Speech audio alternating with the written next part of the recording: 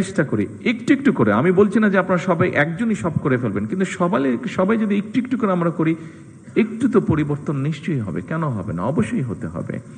অন্য দেশের মানুষ যদি পারে, আমরাও পারবো। আমি সংক্ষিপ্ত একটি ঘটনা বলে, এই ঘটনাটি 2 দিন আগের ঘটনা, সংক্ষিপ্ত একটা ঘটনা বলে আমার বক্তব্য শেষ করব, কারণ সময় চলে যাচ্ছে, আপনাদেরও কাজ আছে, যেতে হবে। ঘটনাটি হচ্ছে, আপনাদের একটি নামের সাথে মনে হয় আপনারা সবাই না হলেও বেশ কিছু মানুষ পরিচিত আছেন। ফাতেমা নামে একটি নাম। এই মেয়েটি আমার আম্মার সাথে জেলেও ছিলেন। যেহেতু আম্মা অসুস্থ ছিলেন, ও অনেক বছর ধরে আছে, আমাদের পরিবারের একজন সদস্য হয়ে গিয়েছে সে।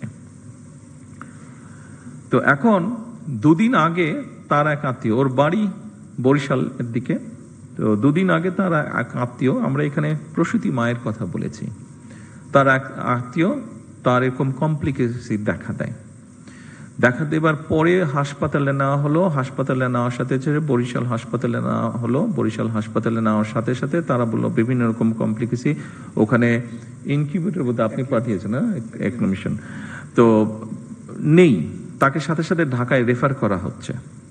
কিন্তু আমি যতটুকু শুনছি, আমি তো আর ডাক্তার না, বাট আমি যতটুকু বাসায় যাওয়ার পরে আমার স্ত্রীর কাছে শুনলাম যে সামান্য বেসিক জিনিসটা ওখানে দেওয়া সম্ভব হয়নি বা দিচ্ছে না, ঢাকায় সাথে সাথে পাঠিয়ে দিচ্ছে।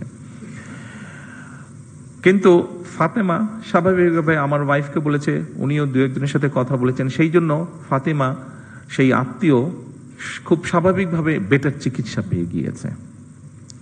কিন্তু প্রশ্নটি সেটা হচ্ছে, সবাই তো ফাতেমা না, বা সবাই ফাতেমার আত্মীয় না। ফাতেমার আত্মীয় হয়তো, সে যেহেতু ফাতেমা ছিল সেই জন্য আমার স্ত্রী ঘটনাটি জানতে পেরেছে, স্বাভাবিকভাবে উনি টেক কেয়ার করেছেন। তার আত্মীয়টা, বাচ্চাটা হয়েছে বাট অসুস্থ, তারপরেও মোটামুটি ভাবে ম্যানেজ করা গিয়েছে, ঢাকায় আর আনতে হয়নি খুব সম্ভবত, যতটুকু আমি জানি। আর সামহাও মিনিস্টার সাহেবও জানার পরে উনিও কিছুটা ইন্টারফেয়ার করেছেন, ফলে এখান থেকে সাথে সাথে একটা মেশিন বোধহয় ছিল না, মেশিনটা বোধহয় পাঠানো হয়েছে, ফলে ওর আত্মীয়র বদলতে অনেকগুলো শিশু এখন সেই সুবিধাটা পাবে, অনেকগুলো শিশু সেই কষ্ট থেকে বা সেই সমস্যা থেকে, সেই বিপদ থেকে বেঁচে যাবে।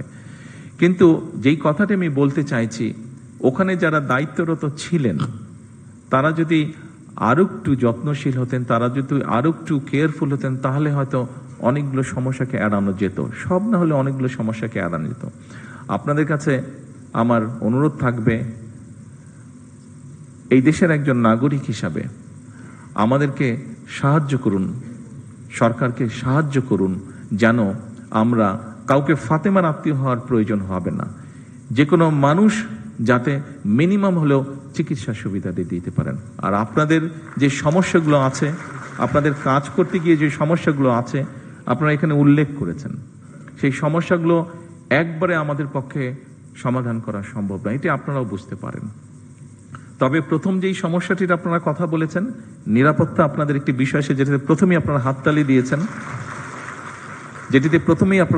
দিয়েছেন, আমি জিজ্ঞেস করলাম যে ওটাতে আপনারা হাততালি দেন, খুব সময় 3 নম্বর পয়েন্ট ছিল বোধহয় ওটা। এই 3 নম্বর পয়েন্টটি, এখানে স্বরাষ্ট্রমন্ত্রী সাহেব আছেন, ওনার সাথে আমি আজ না হয় কালকেই স্বাস্থ্যমন্ত্রীকে নিয়ে, প্রতিমন্ত্রীকে নিয়ে এবং সেক্রেটারি সাহেবকে নিয়ে ইমিডিয়েটলি আমি স্বরাষ্ট্রমন্ত্রী সাহেবের সাথে বিষয়টি আলাপ করব। কারণ স্বভাবতই আমি যদি আমার নিরাপত্তা নিয়ে চিন্তিত থাকি, অন্য কোনো কাজে আমি কনসেন্ট্রেট করতে পারবো না। সেই জন্য আমরা সরকারের পক্ষ থেকে চেষ্টা করব এই বিষয়টি কিভাবে ইমিডিয়েটলি অ্যাড্রেস করা যায়। বাকি সমস্যাগুলো ইনশাল্লাহ পর্যায়ক্রমিকভাবে, একটি দুঃখজনক দুর্ঘটনা ঘটেছে, সেটি